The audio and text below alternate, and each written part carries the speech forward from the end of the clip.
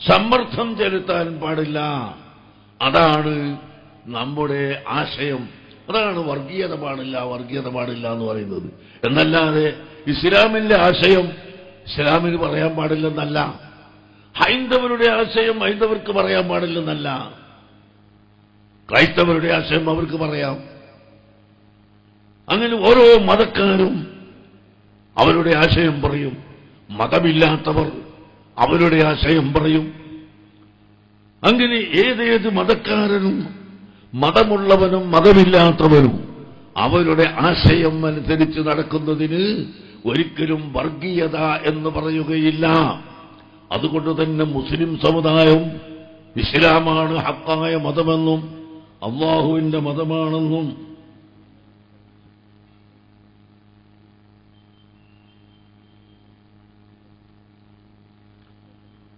നാം വിശ്വസിച്ചുകൊണ്ട് തന്നെ എല്ലാ സമുദായങ്ങളോടും സൗഹൃദം പാലിക്കണം എന്ന് നമ്മൾ പറയുന്നു. നോക്ക്, നമ്മുടെ സ്കൂളുകളിൽ ഇവിടെ കൊമ്പം മുസ്താദ് നടത്തുന്ന സ്കൂള്, ആ സ്കൂളിൽ അന്യമതത്തിൽപ്പെട്ട കുട്ടികൾ പഠിക്കുന്നുണ്ട്. മാരാമംഗലം നടത്തുന്ന കോർട്ട് ഓഫ് ബോയ്സ് സ്കൂളിൽ അന്യമതത്തിൽപ്പെട്ടവർ പഠിക്കുന്നുണ്ട്. മർക്കസു തഖാഫത്തി സുന്നിയയുടെ കീഴിലുള്ള സ്കൂളുകളിൽ മറ്റ് മതസ്ഥർ പഠിക്കുന്നുണ്ട്. അങ്ങനെ എല്ലാ മതസ്ഥരും ഒരേ ക്ലാസ്സിൽ ഇരുന്നു കൊണ്ട് പഠിക്കുകയും വളരുകയും ചെയ്യുന്നു. ഇതിനെ എതിർക്കാൻ പാടില്ല. ഇതാണ് യഥാർത്ഥ മതസൗഹാർദ്ദം. ഈ മതസൗഹാർദ്ദത്തിന്റെ കഴുത്തിൽ ഒരു പ്രവണതയും ഇവിടെ ഉണ്ടായിക്കൂടാ. അങ്ങനെ ഉണ്ടായാൽ നമ്മുടെ രാജ്യം കുട്ടിച്ചോറായി പോകും. നമ്മുടെ രാജ്യം വളരെ അപകടത്തിലേക്ക് പോകും. അതുകൊണ്ടാണ് ഞങ്ങൾ ഈ മാനവികതയ്ക്ക് വേണ്ടി പ്രസംഗിക്കുകയും എഴുതുകയും ചെയ്യുന്നത്. അതുപോലെ ഏക സിവിൽ കോഡ് അത് സംബന്ധിച്ച് പ്രത്യേകമായി ഞങ്ങൾ സമ്മേളനം നടത്തുന്നതും ജനങ്ങളെ ബോധവൽക്കരിക്കുന്നതും ഇതേ ലക്ഷ്യം തന്നെയാണ്. ശരീഅത്ത്, ഇസ്ലാമിക ശരീഅത്ത് ഇവിടെ വേണം. ആ ശരീഅത്ത് മുസ്ലിംകൾക്ക് മാത്രം മുറുകെ പിടിക്കാം, മറ്റുള്ളവർക്ക് ആ മുറുകെ പിടിച്ചുകൊള്ളണം എന്നില്ല. ആരെയും നിർബന്ധിക്കാനും പാടില്ല. ഈ നിലക്ക് നമ്മൾ പോകുമ്പോൾ നമുക്കിവിടെ രാജ്യത്ത് ഭദ്രമായി ജീവിക്കാൻ കഴിയും. അതുകൊണ്ട് തന്നെ അഹ്ലുസുന്നത്തി വൽ ജമാഅത്തിന്റെ അഖീദ, അതിന്റെ വിശ്വാസം നാട്ടിലുടനീളം വളർത്തുകയും പഠിപ്പിക്കുകയും ചെയ്യണം. അതാണ് ലക്ഷ്യം. ഇവിടെ സലഫികളുടെ പുസ്തകം പോയിട്ട് പ്രകാശനം ചെയ്ത് കൊടുക്കലല്ല. സലഫികളുടെ പുസ്തകം പ്രകാശനം ചെയ്യാൻ പാടില്ല.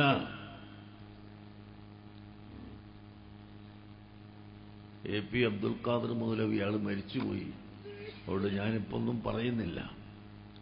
അയിരൂരിൽ വെച്ചൊരു വാദപ്രതിവാദം നടന്നു ഞങ്ങൾ തമ്മിൽ ജുമാ ഖുത്ബയെ സംബന്ധിച്ച്. അപ്പോൾ സ്വഹാബികളോ താബികളോ തബഉ താബികളോ അങ്ങനെ 1300 കൊല്ലം വരെ ഏതെങ്കിലും ഒരു പണ്ഡിതൻ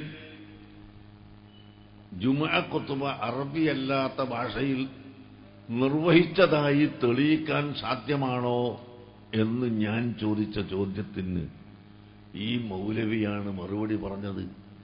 വളരെ പരിഹസിച്ചുകൊണ്ട്, വളരെ പറ്റിച്ചുകൊണ്ട്, സഹാബികൾ ചെയ്തോ, താബി ചെയ്തോ, ഈ ചോദ്യമൊന്നും ഞങ്ങളെ മുമ്പിൽ വരപ്പോകൂല. ഞങ്ങൾക്ക് സ്വഹാബികൾ ഒരു പ്രശ്നമേ അല്ല. നേരിട്ട് പറഞ്ഞതാണ്. പക്ഷേ ആ പറഞ്ഞത് സുന്നത്ത് ജമാഅത്തിന് വിഷയമായി. വാദപ്രതിവാദം കഴിഞ്ഞ് അവിടെ ഒരു വീട്ടിൽ വന്ന് ഞങ്ങൾ ഇരിക്കുന്നു. അപ്പൊ അവിടുത്തെ കുറച്ച് മധ്യസ്ഥന്മാരുണ്ടായിരുന്നു. മധ്യസ്ഥം പറയാൻ നടന്ന ഒരു അധികാരി ഉണ്ടായിരുന്നു. അയാൾ കുറെ കാലം മധ്യസ്ഥം പറഞ്ഞു. 2 കുത്തുമുണ്ടല്ലോ ഉസ്താദെ, ഒന്ന് അറബിയിലും ഒന്ന് മലയാളത്തിലായിക്കോട്ടെ. ഇയാളെ മധ്യസ്ഥായിരുന്നു. അപ്പൊ അങ്ങനെ ഈ പ്രസംഗം, ഈ മൗലവിയുടെ പ്രസംഗം കേട്ട് ഇങ്ങോട്ട് വന്നപ്പോ ഞങ്ങളിരിക്കുന്നിടത്തൊക്കെ എല്ലാവരും ഇങ്ങോട്ട് വന്ന്, അപ്പൊ കടൽ തൊഴിലാളികൾ കുറേയുണ്ട്, നല്ല നല്ല ധീരന്മാര്. അവർ ഈ അധികാരിയെയും ഈ മധ്യസ്ഥം പറയാൻ നടക്കുന്ന മുതലാളിമാരെയും വിളിച്ചിട്ട് പറഞ്ഞു, നല്ല ഓർമ്മ വെക്കണം, നമ്മൾ ജുമാഅത്ത് പള്ളി മുജാഹിദിന് കൊടുത്തത് നിങ്ങളാണ്. ഉടനെ കണക്കും ബുക്കും രേഖയും ഇപ്പൊ വാങ്ങിത്തരണം, അല്ലെങ്കിൽ ആനക്ക് മധ്യസ്ഥം പറയാൻ പോയ ഈച്ചനെ മൂക്കിൽ വലിച്ചതുപോലെ നിങ്ങളെ നമ്മൾ മൂക്കിൽ വലിക്കുമെന്ന് പറഞ്ഞു. ആനക്ക് മധ്യസ്ഥം പറയാൻ പോയ ആന എന്ന് പറയുമ്പോൾ മൂക്കിൽ പോയില്ലേ, പിന്നെ മധ്യസ്ഥം പറയാൻ കഴിയോ? അതുപോലെ നിങ്ങളെ നമ്മൾ വലിക്കുന്നത്. ഉടനെ ഈ കാരണവന്മാര് പോയി ബുക്കും കണക്കും എല്ലാം വാങ്ങിക്കൊണ്ടുവന്ന് എന്റെ കയ്യിൽ ഏൽപ്പിച്ചു. ഞാൻ അവിടുത്തെ സുന്നത്ത് ജമാഅത്തിന്റെ കയ്യിൽ ഏൽപ്പിച്ചു. ഇന്നും നിങ്ങൾ പോയി നോക്കുക അയ്യൂര് ജുമാഅത്ത് പള്ളിയിൽ. അങ്ങനത്തെ ഈ മൗലവിക്ക് അയാൾ വലിയ സേവനം ചെയ്ത ആളായിരുന്നു. ഇസ്ലാമിന് വേണ്ടി അങ്ങേയറ്റത്തെ സേവനം ചെയ്ത ആളായിരുന്നു എന്ന് പറയുന്നവരെ ഞങ്ങൾക്കത് അംഗീകരിക്കാൻ പറ്റില്ല. അതാണ് ഞങ്ങൾക്കുള്ള വ്യത്യാസം. അത് പറയാൻ പറ്റില്ല.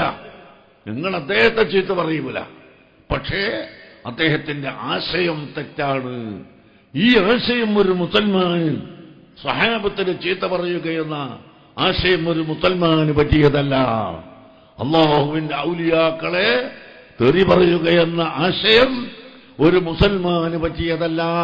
അതാണ് സലഫികളുടെ ആശയം, അതാണ് മൗദൂദിസത്തിന്റെ ആശയം എന്ന് ജനങ്ങൾക്ക് പഠിപ്പിച്ചു കൊടുക്കുകയല്ലാതെ, പ്രിയപ്പെട്ട സഹോദരങ്ങളെ, ഞങ്ങൾ ആരെയും തെറി പറയില്ല, ഞങ്ങൾ ആരെയും ചീത്ത പറയില്ല. ഈ പലിശ ഹലാലാക്കിയ മൗലവിയുടെ പുസ്തകം പ്രകാശനം ചെയ്തു കൊടുത്താൽ ഞങ്ങൾക്കത് അനുവദിക്കാൻ പറ്റുമോ? നിങ്ങൾ ആലോചിച്ചു നോക്ക്. പലിശ ഹലാലാക്കിയ മൗലവിയാണ് കുട്ടശ്ശേരി മൗലവി. പലിശ വാങ്ങാൻ പാടില്ല എന്നേ അള്ള പറഞ്ഞിട്ടുള്ളൂ, കൊടുക്കാൻ പാടില്ല എന്ന് പറഞ്ഞിട്ടില്ല. അതുകൊണ്ട് കൊടുക്കുന്നതിന് വിരോധമല്ല എന്ന് എഴുതിയ മനുഷ്യനാണ്. ഈ മനുഷ്യന്മാർക്ക് സ്വാഗതം പാടാൻ ഞങ്ങൾക്ക് കഴിയില്ല. പലിശ വാങ്ങലും കൊടുക്കലും തെറ്റാണ് എന്ന് പഠിച്ചവരാണ് ഞങ്ങൾ, എന്ന് പഠിപ്പിക്കുന്നവരാണ് ഞങ്ങൾ. പ്രിയപ്പെട്ട മുഅ്മിനീങ്ങളെ, അതുകൊണ്ട് നിങ്ങൾ തെറ്റിദ്ധരിക്കണ്ട. ഇവിടെ ആലിമീങ്ങളെല്ലാം കൂടി രാഷ്ട്രീയ കക്ഷിയായി മാറിയെന്നും രാഷ്ട്രീയത്തിന് വേണ്ടി പ്രവർത്തിക്കാനാണ് ഞങ്ങളെ വിളിച്ചു വരുത്തിയതെന്നും ആരും തെറ്റിദ്ധരിക്കണ്ട. ഞങ്ങൾ നിങ്ങളെ രാഷ്ട്രീയത്തിൽ പ്രവർത്തിക്കാൻ പറയുന്നില്ല. അത് അവസരം വരുമ്പോൾ ഞങ്ങൾ നിങ്ങളോട് പറയും. അത് പറഞ്ഞത് നിങ്ങൾ സ്വീകരിച്ചിട്ടുണ്ട് പല സ്ഥലത്തും. അതല്ലാതെ ഇവിടെ രാഷ്ട്രീയ പാർട്ടി ഉണ്ടാക്കാൻ ഞങ്ങൾ ഉദ്ദേശിച്ചിട്ടില്ല. ഉദ്ദേശിച്ചാൽ നടക്കാത്തത് കൊണ്ടല്ല. ഞങ്ങളെക്കാൾ എത്രയോ ചെറിയ കക്ഷികൾ ഇവിടെ രാഷ്ട്രീയ കക്ഷികളായി വരികയും എന്നിട്ട് അതിന്റെ പേരിൽ അവകാശവാദം ഉന്നയിച്ച് മന്ത്രിസ്ഥാനം കൈവശപ്പെടുത്തുകയും ചെയ്തവരുണ്ട് എന്ന് ഞങ്ങൾക്കറിയാം. പക്ഷേ ഞങ്ങളതിന് പോകാത്തത് ഞങ്ങളുടെ ലക്ഷ്യം അതല്ല. മറിച്ച് അഹ്ലുസുന്നത്തി വൽ ജമാഅത്ത് ഇവിടെ നിലനിൽക്കണം. അത് എന്നും നിലനിൽക്കാത്ത കാലത്തോളം ഇവിടെ ഏത് കാലവും ഭീകരതയും തീവ്രതയും വർദ്ധിച്ചുകൊണ്ടേയിരിക്കും. അത് ഉണ്ടാവാതിരിക്കണമെങ്കിൽ സുന്നത്ത് ജമാഅത്ത് നിലനിൽക്കണം. ബഹുമാനപ്പെട്ട ഖുത്ബുൽ അഖ്താബ് മുഹീദ്ദീൻ അബ്ദുൽ ഖാദിർ ജീലാനി ഖദ്ദസല്ലാഹു സിർറഹുൽ അസീസ് ബഹുമാനപ്പെട്ടവരുടെയും അതുപോലെ സുൽത്താനുൽ ആരിഫീൻ അബുൽ അബ്ബാസ് സയ്യിദ് അഹ്മദ് അൽ കബീർ ദിഫാഇ റളിയല്ലാഹു അൻഹു തങ്ങളുടെയും അതുപോലെ തന്നെ ഖാജ മുഈനുദ്ദീൻ ചിശ്തി അജ്മീരി അജ്മീറിൽ വന്നിട്ട് ഇസ്ലാം മതം പ്രചരിപ്പിക്കുന്ന സമയത്ത് എത്രയധികം ആളുകളാണ് അദ്ദേഹത്തിന്റെ സദസ്സിൽ വന്നിരുന്നത്. അന്യമതത്തിൽപ്പെട്ട ധാരാളം ആളുകൾ വന്നു. അവരോടൊന്നും എതിർത്തില്ല. എത്രത്തോളം അജ്മീരിലെ അനാസാഗർ എന്ന് പറയുന്ന വലിയ കുളം, ആ കുളത്തിലെ വെള്ളം മുസ്ലിമീങ്ങൾ എടുക്കാൻ പാടില്ല, മുസ്ലിമീങ്ങൾ വെള്ളം അതിൽ നിന്ന് കുടിക്കാനും പാടില്ല എന്ന് അവിടുത്തെ പൃഥ്വിരാജൻ എന്ന രാജാവ് ഭരണാധികാരി പാസാക്കിയപ്പോൾ ബഹുമാനപ്പെട്ട ഹാജ പറഞ്ഞു, അങ്ങനെയാവട്ടെ, ഇവിടുത്തെ ഭരണാധികാരിയല്ലേ, അയാൾ പറഞ്ഞത് നമുക്ക് സ്വീകരിക്കാം, നമ്മൾ എതിർക്കാൻ പോകണ്ട. പക്ഷേ ഒരു കൂസ് വെള്ളം, ഒരു കോപ്പ വെള്ളം ആ കുളത്തിൽ നിന്ന് മുക്കി എടുക്കാൻ അനുവാദം ചോദിക്കണം, അത് തന്നാൽ നമുക്ക് എടുക്കാം. അങ്ങനെ ചോദിച്ചപ്പോൾ അതാ പൃഥ്വിരാജൻ എന്ന രാജാവ് സമ്മതം കൊടുത്തു. ഒരൊറ്റ പാത്രം വെള്ളമേ മുക്കാൻ പാടുള്ളൂ, അതിന്റെ ശേഷം മുസ്ലിമീങ്ങളൊന്നും ഈ കുളത്തിൽ നിന്ന് വെള്ളം എടുക്കരുതെന്ന് പാസാക്കി. അതാ ഒരു കൂസില് വെള്ളം മുക്കി കൊണ്ടുവന്ന് ഖാജാ തങ്ങളുടെ സന്നിധാനത്തിൽ കൊടുത്തു. പ്രിയപ്പെട്ട സഹോദരങ്ങളെ, അങ്ങനെ രാത്രി സമയം കഴിഞ്ഞു. നേരം വെളുത്തു നോക്കുമ്പോൾ അതാ കിലോമീറ്റർ നീളമുള്ള ആനാസാഗർ എന്ന കുളത്തിൽ ഒരു തുള്ളി വെള്ളം പോലുമില്ല.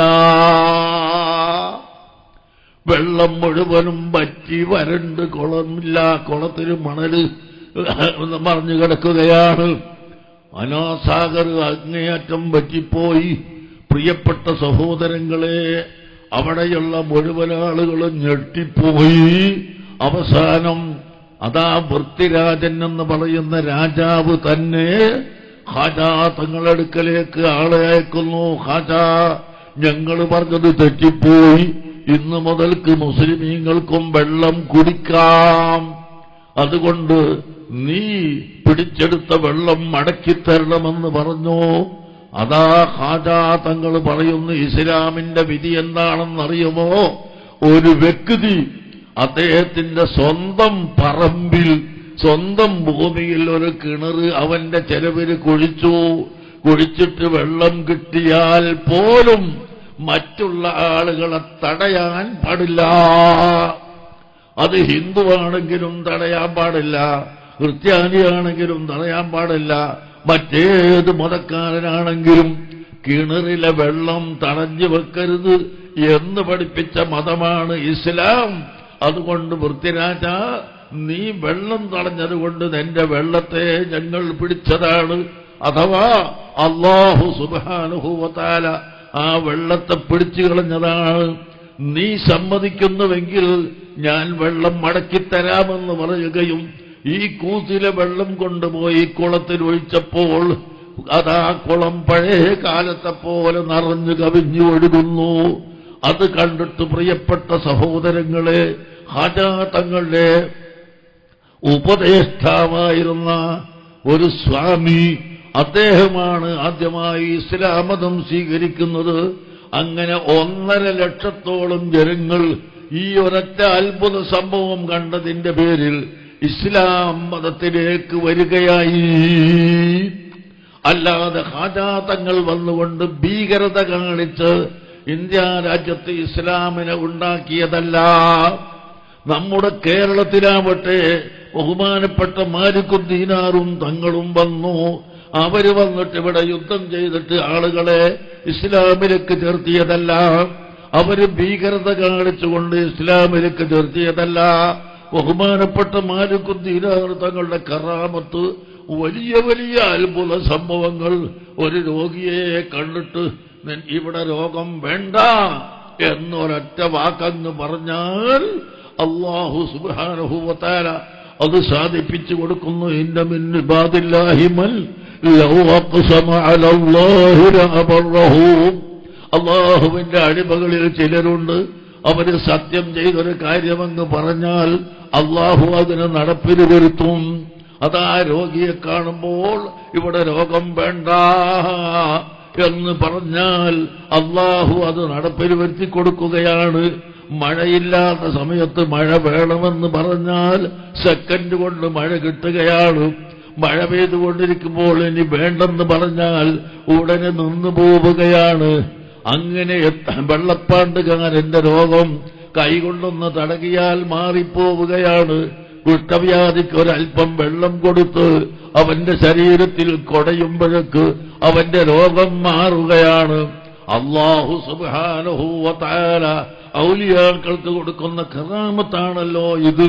ആ നിലക്കുള്ള കറാമത്ത് മാലിക്കുദ്ദീനാർ റളിയല്ലാഹു അൻഹുവിന്റെയും അദ്ദേഹത്തിന്റെ കൂടെ കേരളത്തിൽ വന്ന മഹാന്മാരുടെയും കൈക്കൊണ്ടായ കറാമത്ത്, ആ കറാമത്ത് കൊണ്ടാണ്, അവരുടെ സൂക്ഷ്മത കൊണ്ടാണ് കേരളത്തിൽ ഇസ്ലാം മതം പ്രചരിച്ചിട്ടുള്ളത്. അജ്മീരിൽ പ്രചരിച്ച കഥയാണ് ഞാൻ ആദ്യം പറഞ്ഞത്. അങ്ങനെ ഡൽഹിയില് ബഹുമാനപ്പെട്ട ശൈഖ് മുഹമ്മദ് ബാക്കി ബില്ലാ റഹ്മത്തുള്ളാഹി അലൈഹി തങ്ങള്, അതുപോലെ തന്നെ മുജദ്ദിദ് അൽഫസാനി,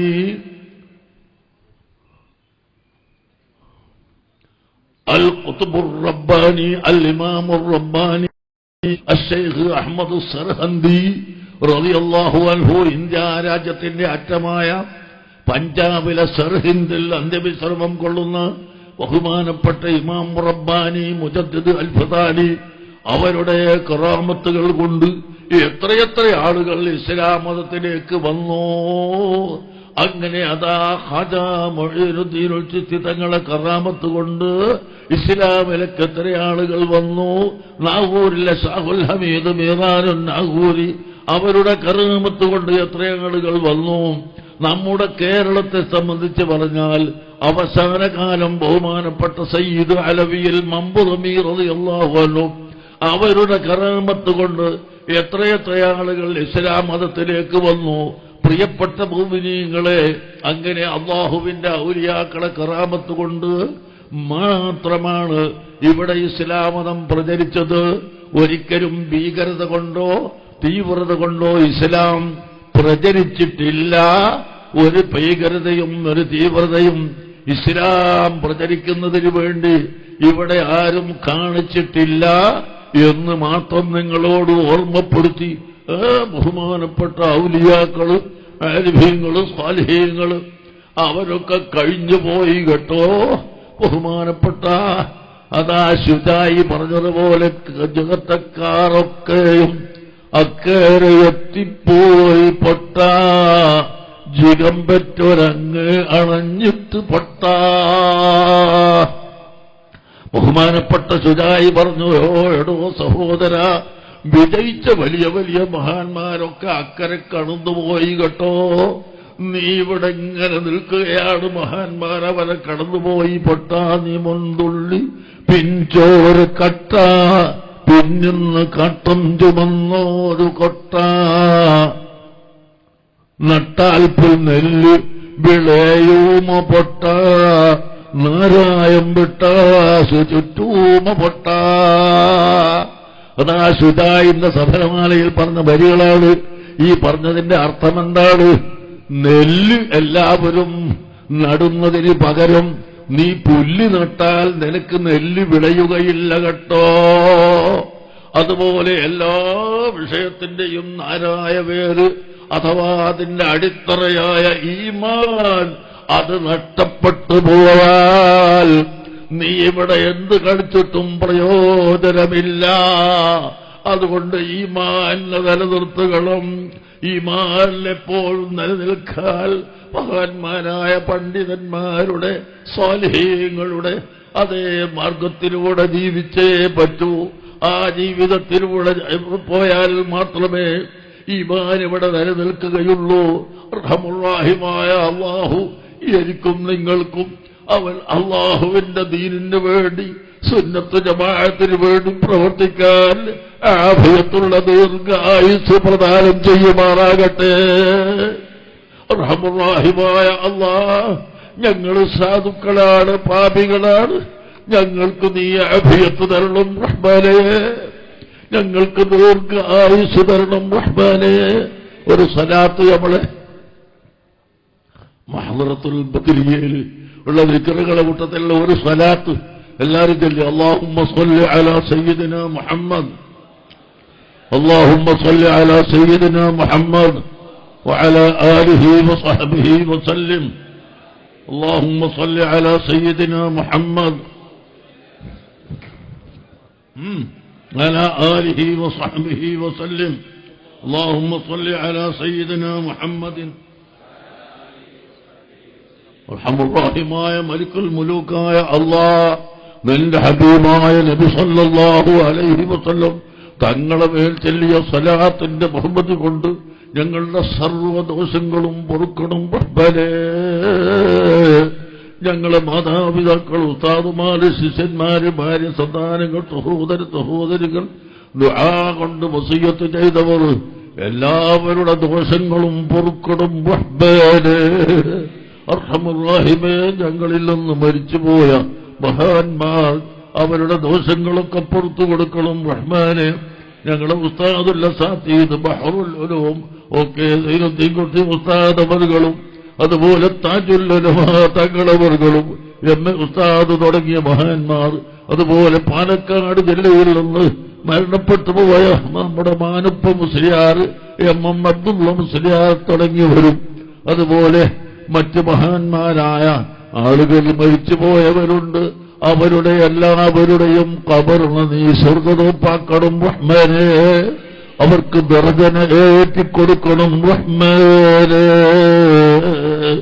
അർഹമുർറഹീമേ, ഈ സദസ്സിൽ ഒരുമിച്ചുകൂടിയ മുഴുവൻ മുഅ്മിനീങ്ങൾക്കും എല്ലാ ഹലാലായ മുറാദുകളും ഹാസിലാക്കി തരണം റഹ്മാനേ. രോഗങ്ങൾ തൊട്ട് ഞങ്ങളെ കാത്തുരക്ഷിക്കണം റഹ്മാനേ. ക്യാൻസർ രോഗം, കിഡ്നി രോഗം, ഹാർട്ട് രോഗം, ട്യൂമർ തുടങ്ങിയ അതിഭയങ്കരമായ ഒരു രോഗവും ഞങ്ങൾക്ക് നൽകല്ലേ അല്ലാ, നൽകല്ലേ അല്ലാ. ഞങ്ങളെ നീ കാത്തുരക്ഷിക്കണേ അല്ലാ. രണ്ടു വീട്ടിലും ഇസ്സത്ത് നൽകണേ അല്ലാ. ഞങ്ങളിൽ നിന്ന് മരിച്ചുപോയവർക്ക് എല്ലാം നീ പുറത്തു കൊടുക്കണം റഹ്മാനേ. അകാരണമായി ഇവിടെ മണ്ണാർക്കാട് കൊല്ലപ്പെട്ടു പോയ എന്തായാലും നൂറുദ്ദീനും കുഞ്ഞബ്ദു അവരെ ആണ്ടന്റെ സമയം